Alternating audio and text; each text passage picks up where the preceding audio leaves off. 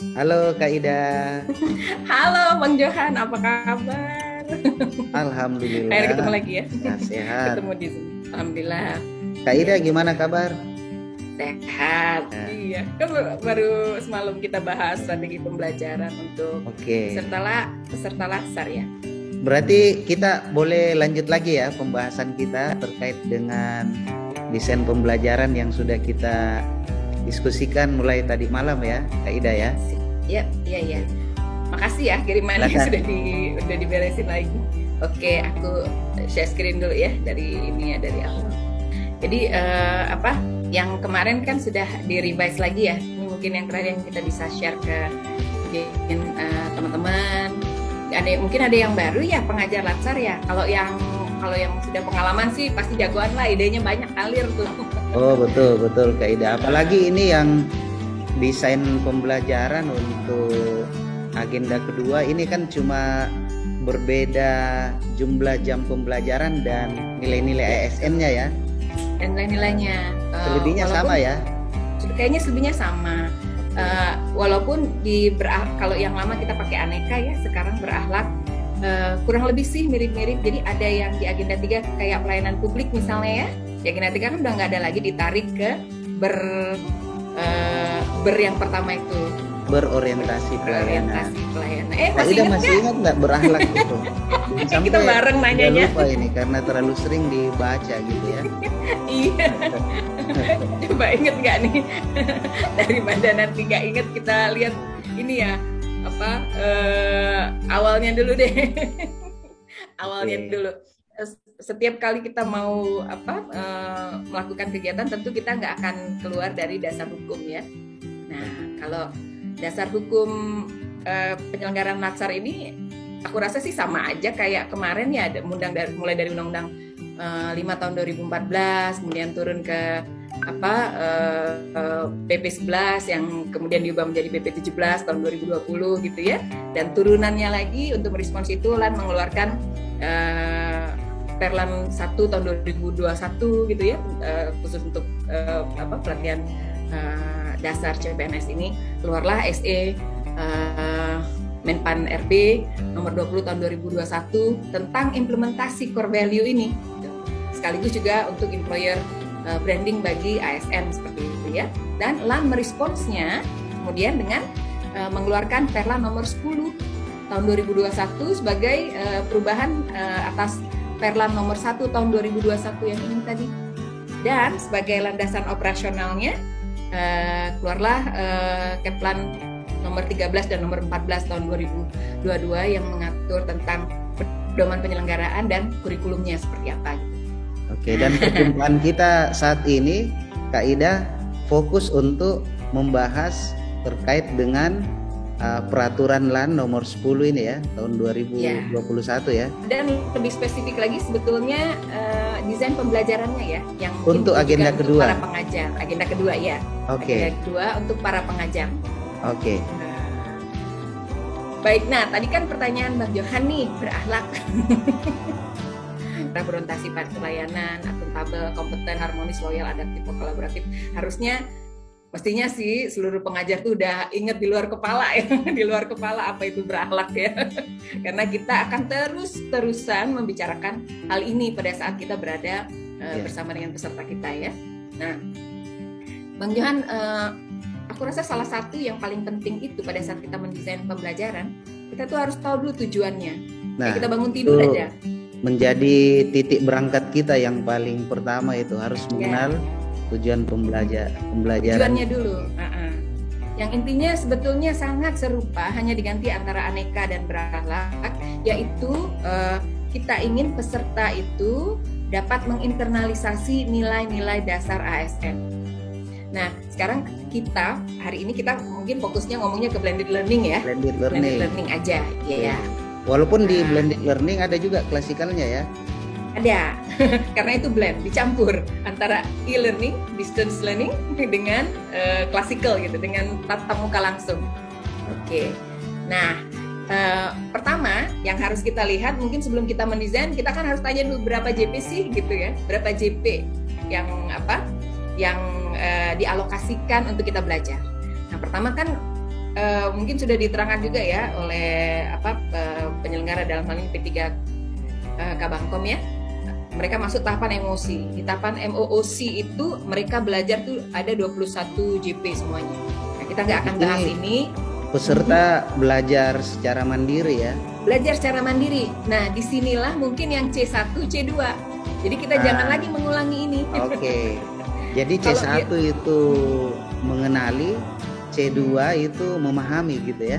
Tahapan kedua kalau dilihat dari Kaplan yang ada, itu ini ada asinkronus, ada sinkronusnya. Sinkronusnya tatap muka e-learningnya dengan kita, ketemu dengan kitanya, itu 5 JP. Okay. Kemudian penugasan asinkronus mereka mengerjakannya secara mandiri itu ada 34 JP.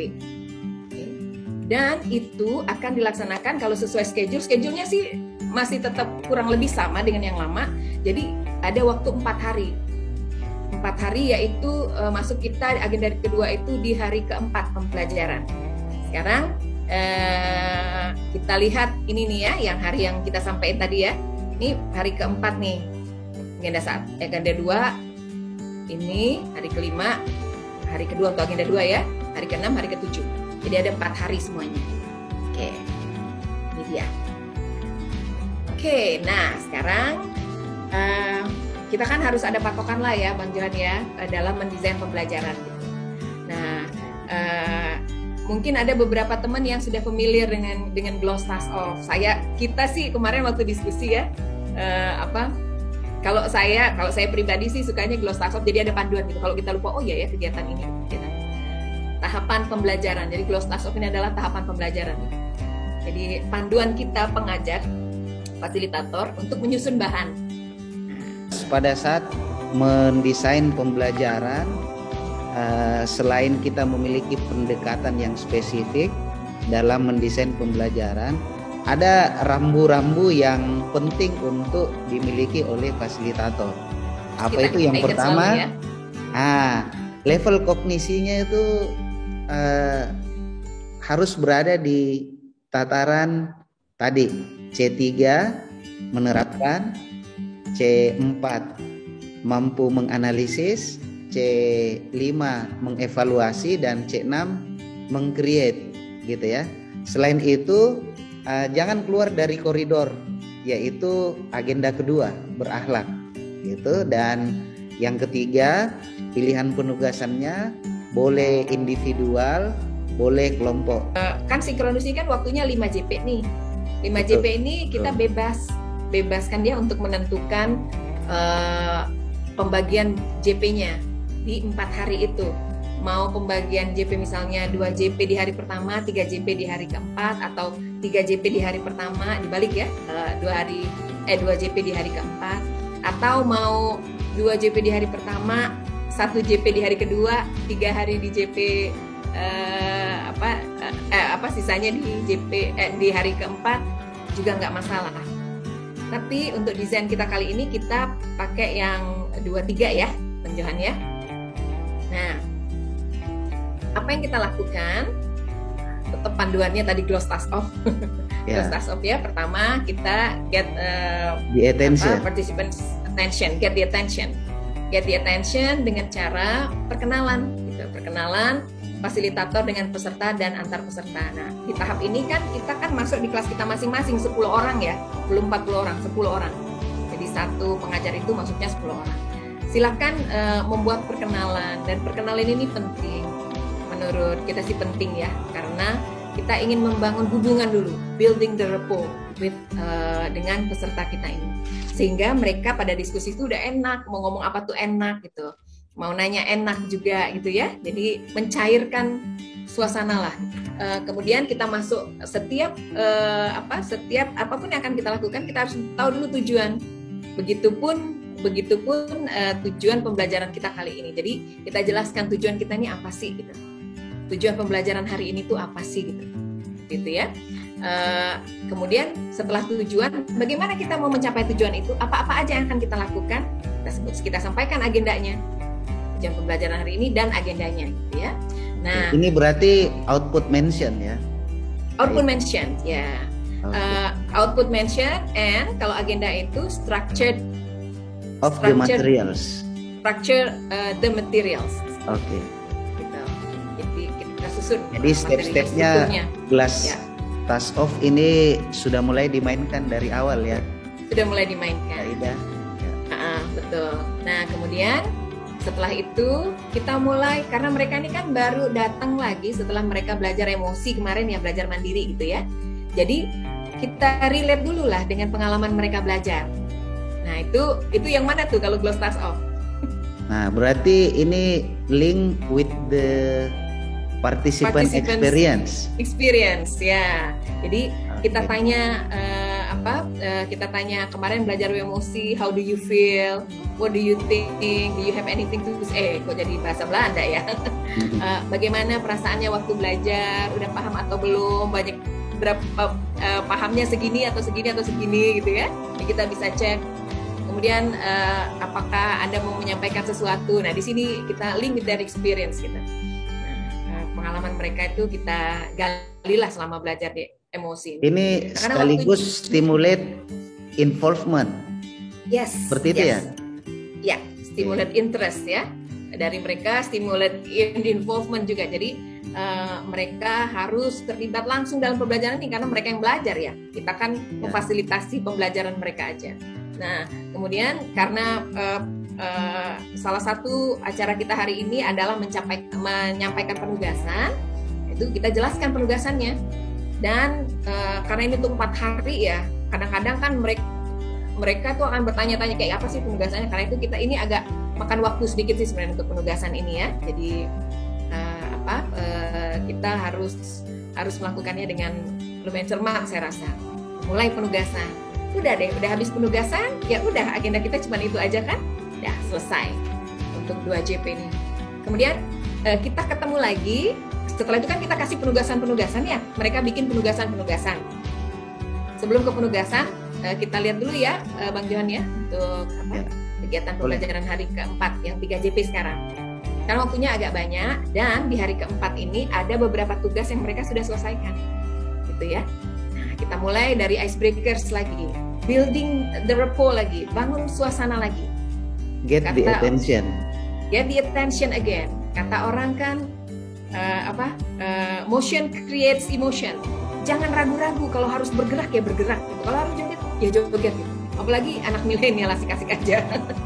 Oke, nah kemudian setelah icebreakers, karena kita sudah mulai kenal sama mereka ya, kita mulai masuk. Kalau mau bridging sedikit bolehlah tanya, oke, bagaimana rasa sedikit gitu ya, boleh. Kita mulai hari ini, kita akan bergiliran memaparkan tugas kan, yang sudah kita lakukan. Kita ingin mendengar seperti apa. Jadi kita bikin pemaparan tugas dan diskusi berakhlak antar peserta. Nah, tugas yang kita kasih di sini yaitu yang sudah kita minta mereka kerjain ya, namanya personalizing values. Bagaimana sih mereka menjalankan nilai-nilai itu, seperti itu kurang lebih. Jadi ini tugas personalizing value, kalau tidak salah tugas asinkronus di hari ketiga ya? Di hari ketiga, ya. Oke. Ya mungkin kita juga harus ingatkan juga ya Bang Johan, thank you for reminding. Mungkin kita harus ingatkan juga teman-teman, kalau jangan kasih mereka presentasi yang deadline-nya belum terpenuhi. Misalnya kita kasih di hari keempat tuh, kita suruh mereka presentasi. Ya janganlah, kasihan. Pokoknya yang deadline-nya sudah terpenuhi deh. Nah, kemudian masuk nih pembulatan agenda 2. Yang dimaksud dengan pembulatan agenda 2 sebetulnya ini memfasilitasi untuk mereka menginternalisasi dengan mengeluarkan dorongan-dorongan untuk melakukan sesuatu kebaikan, dalam hal ini berakhlak ya, dari dalam. Atau kita refer dengan inner drive lah, inner drive. Oke, dan setelah itu Kak Ida evaluasi. Nah, setelah itu kan kita kan nggak ketemu lagi nih sampai sebulan kemudian di klasikal nanti ketemunya lagi. Kita evaluasi lah sedikit. Ini tadi kan di Gloss Task Off tadi ada feedback feedback is shared gitu. Nah, kita pakai feedback shared ini sebagai evaluasi. Evaluasi kan bisa nggak usah evaluasi yang menegangkan, bisa pakai kok aku mau bilang COVID, Kahoot, bisa pakai Kahoot misalnya ya.